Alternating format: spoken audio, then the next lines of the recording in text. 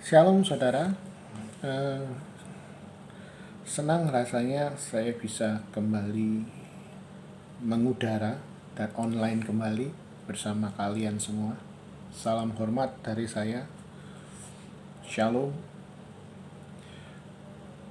Saya ingin menyampaikan beberapa hal yang Tuhan sampaikan kepada saya melalui pengajarannya dalam firman Tuhan.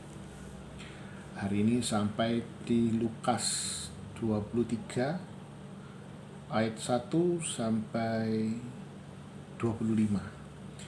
Kita tidak akan baca keseluruhannya, namun ada beberapa hal yang perlu kita pahami dari pembahasan pagi ini. Oke. Sebelum itu kita berdoa dulu. Oke. Bapa di surga, kami mengucap syukur buat anugerah yang sudah Tuhan berikan bagi kami semuanya sampai dengan pagi ini atau hari ini. Kami mengucap syukur, kami paham, kami percaya bahwa sampai hari ini semua karena anugerah kebaikan Tuhan. Dan pagi hari ini atau hari ini hamba-Mu rindu membagikan apa yang Tuhan sampaikan kepada hamba, kepada halayak ramai, halayak luas, supaya mereka semakin mengerti apa yang Tuhan inginkan, apa yang ingin Tuhan sampaikan, dan apa kehendak Tuhan dalam hidup kami semuanya. Terima kasih Bapak, kami mengucap syukur. Haleluya. Amin. Amin. Lukas 23 ayat 1 sampai 25. Saya akan baca di ayat 1 sampai ayat 7. Lalu bangkitlah seluruh sidang itu dan Yesus dibawa menghadap Pilatus. Di situ mereka mulai menuduh dia. Katanya, telah kedapatan oleh kami bahwa orang ini menyesatkan bangsa kami dan melarang membayar pajak kepada Kaisar. Dan tentang dirinya ia mengatakan bahwa ia adalah Kristus, yaitu Raja. Oke. Di ayat 2 ini 3 tuduhan yang tidak berdasar. Sama sekali Tuhan tidak, Yesus tidak melakukan itu. Telah kedapatan oleh kami bahwa orang ini menyesatkan bangsa kami. Tidak ada penyesatan di dalam pengajaran Kristus. Dunia itu selalu membalik fakta yang ada. Kebenaran dunia itu sebagian besar adalah membalik kebenaran Tuhan, membuat seolah-olah kebenaran Tuhan itu menjadi relativitas, menjadi sesuatu yang tabu, atau menjadi sesuatu yang jauh, yang tidak mungkin dilakukan, sehingga dia memiliki kebenarannya sendiri. Maaf. Itu dunia. Dunia sering melakukan seperti itu, tapi dunia menuduh sebaliknya kepada orang-orang yang memperhatikan kerohanian, memperhatikan perkara surga. Mereka menilai bahwa kita ini membangun sebuah tembok kebenaran kita sendiri, padahal yang kita bawa adalah kebenaran Allah. Ya, ciri khas dunia. Kita sabar ya. Kalau memang Tuhan tuntun kita baca 1 sampai 25, kita baca 1 sampai 25, nanti saya akan jelaskan satu persatu. Lalu yang kedua, mereka bicara menuduh kepada kita tentang apa? Melarang membayar pajak kepada Kaisar. Mereka menuduh dengan dasar hukum. Tadi kehidupan, sekarang hukum. Padahal anak Tuhan harusnya taat hukum, jangan ke kanan kiri. Yesus tahu sendiri kan, Yesus tentang membayar pajak ini kepada Kaisar, apa yang Tuhan mau. Ya, bayarlah kepada Kaisar yang memang harus kau bayar kepada Kaisar, dan bayarlah kepada Tuhan apa yang memang firman Tuhan suruh. Tuhan tidak pernah melarang membayar pajak kepada Kaisar. Lalu yang ketiga, tentang dirinya ia mengatakan bahwa ia adalah Kristus, yaitu Raja. Nah, ini banyak hal yang dibalik-balik. Bahwa Yesus itu tidak pernah meninggi-ninggikan dirinya. Salah satu ciri kebenaran itu tidak pernah memegahkan dirinya atas kebenaran itu. Dan itu dibalik. Dunia ini penuh dengan tukar balik. Yang baik jadi salah, yang salah seolah jadi baik. Nah itu. Kalau saya bilang kebenaran dunia ini tidak lurus. Kadang lurus, kadang pertigaan, kadang perempatan, kan. Kadang lampu merahnya mati. Itulah kebenaran dunia. Kita lanjutin ya. Ayat 3. Pilatus bertanya kepadanya, "Engkaukah raja orang Yahudi?" Jawab Yesus, "Engkau sendiri mengatakannya." Kata Pilatus kepada imam-imam kepala dan seluruh orang banyak itu. Lihat, Pilatus yang dijawab oleh Yesus pun dia yang bicara ini. Ayat 4. "Aku tidak mendapati kesalahan apapun pada orang ini, tetapi mereka makin mendesak." Lihat, dunia itu penuh dengan desakan. Desakan untuk menghancurkan segala sesuatu yang bertentangan dengan dunia. Itu dunia.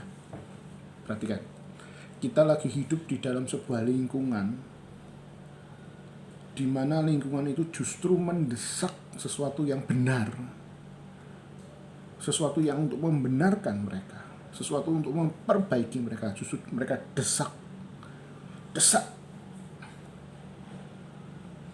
supaya kebenaran yang untuk membenarkan mereka itu, untuk menyelamatkan mereka, itu justru keluar dari mereka.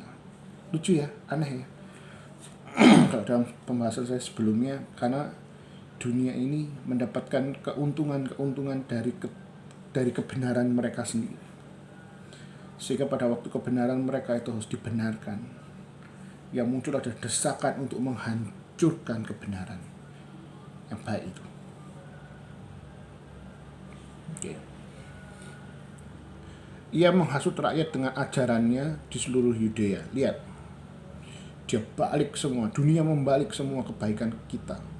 Ia mulai di Galilea dan sampai ke sini. Ketika Pilatus mendengar itu, ia bertanya apakah ia seorang Galilea. Dan ketika ia tahu bahwa Yesus seorang dari wilayah Herodes, ia mengirim dia menghadap Herodes yang pada waktu itu ada juga di Yerusalem. Lihat nih ya, ayat 7 ini lihat. Ini akan menjadi pokok pembahasan yang luar biasa. Dan ketika ia tahu, tadi kan si Pilatus bilang ya, "Aku tidak mendapati kesalahan." Berarti ini tadi ayat 4. Dan ayat 7, karena dia tidak mendapati kesalahan, ayat 7, Yesus dikirim ke Herodes. Artinya Pilatus tidak mau menghukum orang yang tidak salah, gitu ya. Artinya ada kebenaran dunia di situ, di mana Pilatus tahu bahwa Yesus ini tidak salah. Pilatus dalam tanda kutip, dia menolong Yesus, dalam tanda kutip ya, supaya tidak dihukum. Perhatikan kata-kata saya. Pilatus, karena dia mendapati Yesus tidak ada salah, Pilatus itu tindakannya dalam tanda kutip berusaha untuk menolong Yesus supaya Yesus itu bebas. Tapi kebenaran itu didasarkan atas apa? Atas dia tidak punya bukti. Dasar Pilatus menolong Yesus adalah sebenarnya tuh bukan menolong secara murni, tapi karena Pilatus tidak mendapati bukti. Tuh lihat, pertolongan dunia itu bersyarat. Kita lanjut ya. Ayat 8. Ketika Herodes melihat Yesus, ia sangat girang. Lihat, Herodes girang melihat Yesus, sebab sudah lama ia ingin melihatnya, karena ia sering mendengar tentang dia, Yesus. Lagi pula ia mengharapkan melihat bagaimana Yesus mengadakan suatu tanda. Ia mengajukan banyak pertanyaan kepada Yesus, tetapi Yesus tidak memberi jawaban apapun. Sementara itu imam-imam kepala dan ahli-ahli Taurat maju ke depan dan melontarkan tuduhan-tuduhan yang berat terhadap dia. Maka mulailah Herodes dan pasukannya menista dan mengolok-olokkan dia. Ia mengenakan jubah kebesaran kepadanya, lalu mengirim dia kembali kepada Pilatus. Dan pada hari itu juga bersahabatlah Herodes dan Pilatus. Sebelum itu mereka bermusuhan. Lihat, Herodes ingin menolong Yesus. Kalau kita baca, karena apa? Herodes girang, Herodes itu kepengen ketemu sama Yesus, dan Herodes ingin menolong Yesus karena ia ingin mendapatkan atau ingin melihat atau ingin memuaskan. Baca di ayat 8, mulai kata-kata karena ia sering mendengar tentang dia. Lagi pula Herodes mengharapkan melihat bagaimana Yesus mengadakan suatu tanda. Itu dasar dunia ingin menolong kita. Ia mengajukan banyak pertanyaan kepada Yesus, tapi Yesus tidak memberi jawab apapun. Setelah keinginan untuk menolong Herodes itu maksudnya tidak tercapai, dalam tanda kutip sekali lagi, selesailah Yesus. Dunia ingin menolong kita dengan kebenarannya. Itu pasti ada maksudnya. Kalian bisa bayangkan tidak? Jika Yesus menerima pertolongan dari Pilatus dan Herodes. Saya yakin Yesus pun pasti melihat peluang itu, tapi Yesus paham rencana Allah yang sempurna dalam hidupnya, bahwa harus ada karya salib itu terjadi. So perhatikan, dalam pembacaan ini kita harus paham ada pertolongan dalam tanda kutip, ada kebenaran dalam tanda kutip yang dunia mau sampaikan kepada kita, yang dunia ingin berikan kepada kita.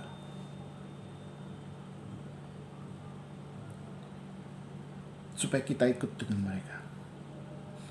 Tapi kita harus menuruti apa mau dunia. Betul ya? Pilatus, dia punya keinginan.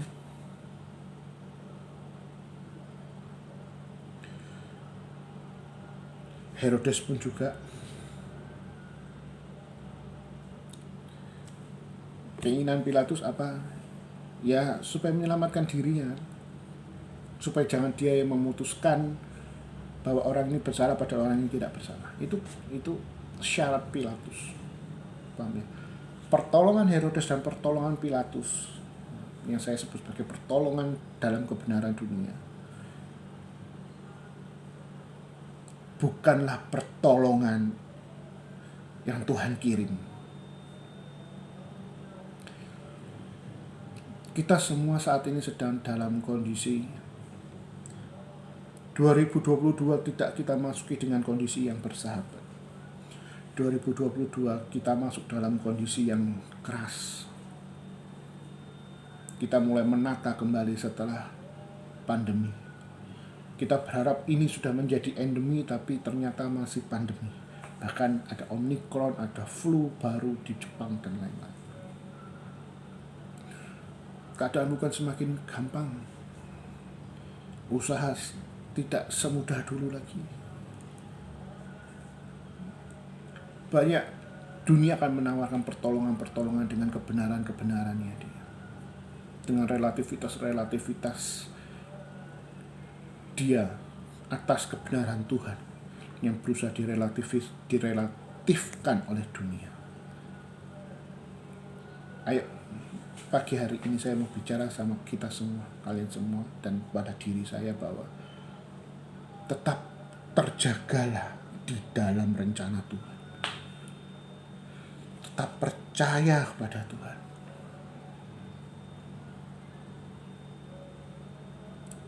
Tidak perlu kita memberi jawab apapun kepada dunia ini. Tidak perlu kita menjawab apapun kepada dunia yang menanyakan tentang kehebatan Tuhan dalam hidup kita.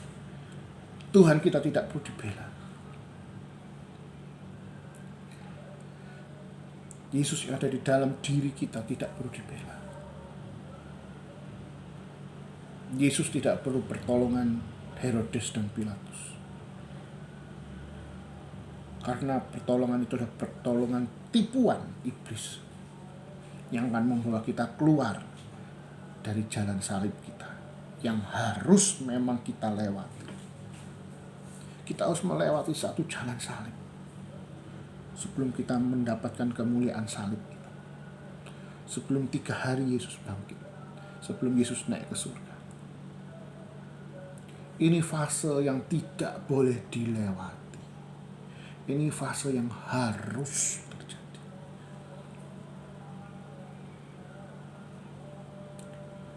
Dunia tahu jika ini terjadi. Iblis kalah.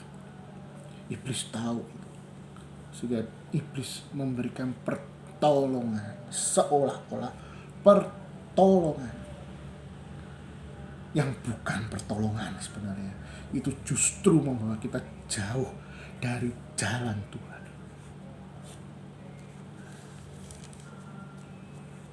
Kita baca lagi. Lalu Pilatus mengumpulkan imam-imam kepala dan pemimpin-pemimpin serta rakyat dan berkata kepada mereka, "Kamu telah membawa orang ini kepadaku sebagai seorang yang menyesatkan rakyat. Kamu lihat sendiri bahwa aku," ini lihat Pilatus, "telah memeriksanya, dan dari kesalahan-kesalahan yang kamu tuduhkan kepadanya tidak ada yang kudapati padanya. Tidak ada yang kudapati padanya. Dan Herodes juga tidak." Tuh lihat, masih mencoba untuk membela ya. Ia mengirimkan dia kembali kepada kami. Ia mengirimkan dia kembali kepada kami, yaitu Herodes. Sesungguhnya tidak ada sesuatu apapun yang dilakukannya yang setimpal dengan hukuman mati. Lihat,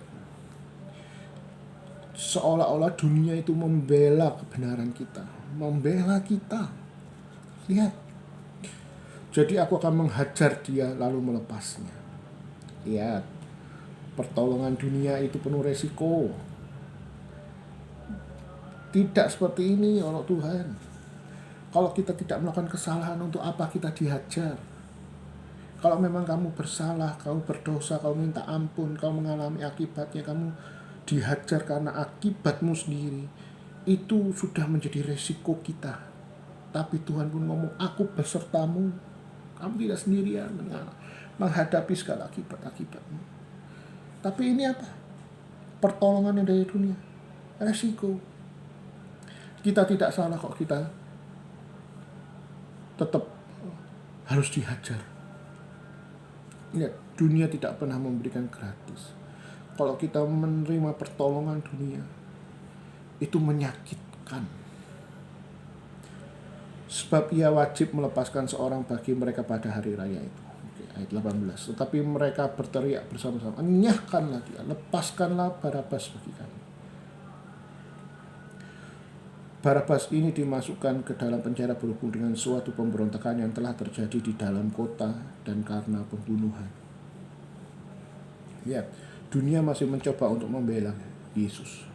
Sekali lagi Pilatus berbicara dengan suara keras kepada mereka karena ia ingin melepaskan Yesus. Ya. Tetapi mereka berteriak membalasnya, katanya, salibkanlah dia. Kata Pilatus untuk ketiga kalinya kepada mereka, "Kejahatan apa 3 kali yang telah dilakukan orang ini? Tidak ada suatu kesalahan pun yang kudapati padanya yang setimpal dengan hukuman mati.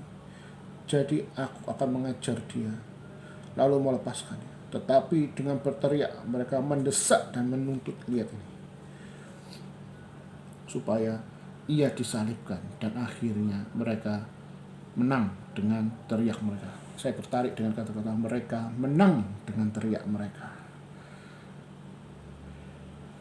Yes, sebenarnya bukan bahasa menang ini, sebenarnya bahasa dengan kata lain harusnya surga menang melalui teriak mereka. Ada kata-kata menang di sana. Lalu Pilatus memutuskan supaya tuntutan mereka dikabulkan, dan ia melepaskan orang yang dimasukkan ke dalam penjara karena pemberontakan dan pembunuhan itu sesuai dengan tuntutan mereka. Tetapi Yesus diserahkannya kepada mereka untuk diperlakukan semau-maunya. Pada waktu bangsa Israel keluar dari tanah Mesir, Tuhan Allah mengeraskan hati Firaun.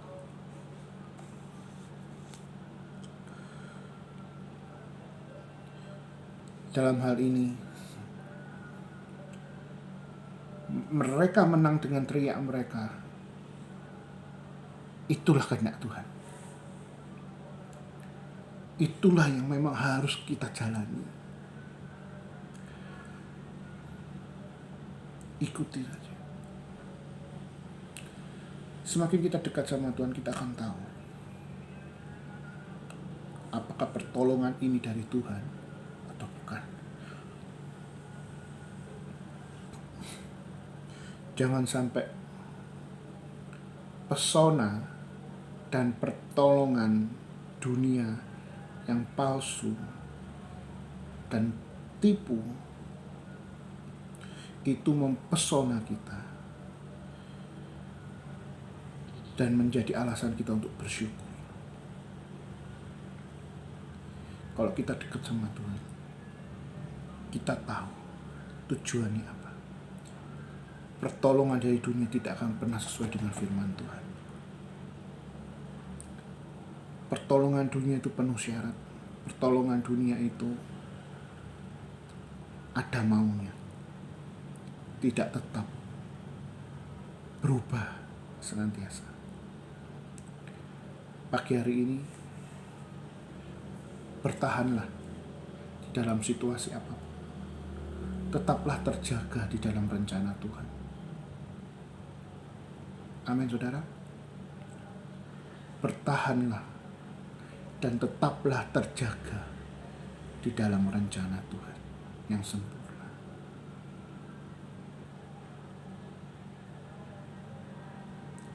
Amin. Terima kasih Tuhan buat firman Tuhan pagi hari ini. Biarlah keterbatasan hamba yang tidak tahu apa-apa tentang firman Tuhan ini bisa Tuhan terjemahkan untuk penonton yang menyaksikan tayangan ini. Biarlah menjadi berkat bagi kami semua